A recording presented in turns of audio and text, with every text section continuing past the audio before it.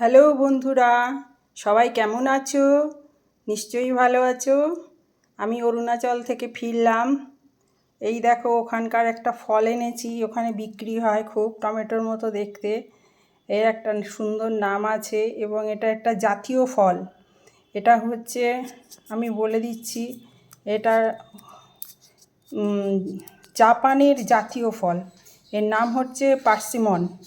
Persimmon হচ্ছে জাপানের জাতীয় ফল। আর এটা খুব মিষ্টি খেতে। এটা 4 টুকরো করে, ভিতরে টমেটোর মতো দেখতে, কিন্তু টমেটোর মতন ভেতরে দানা নেই। আর এটা টক ভাব কিছু নেই, এটা পুরো মিষ্টি। এটা এখানে পাওয়া যায় কিছু কিছু দোকানে। আমি এনেছিলাম অনেক দিন আগে।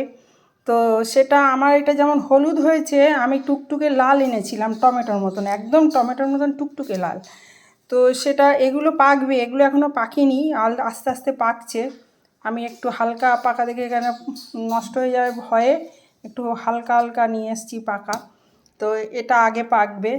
তো এটা খাওয়া খুবই উপকারী একটা জাতীয় ফল, মানে তার সব দিক বিবেচনা করেই জাতীয় ফল করে। হ্যাঁ, কী কী উপকারিতা আছে না আছে, যাই হোক, তোমাদের সঙ্গে শেয়ার করলাম। ওখান থেকে বেশি আনতে পারিনি, অল্পই এনেছি। তোমরা সবাই ভালো থেকো। হ্যাঁ, থ্যাংক ইউ।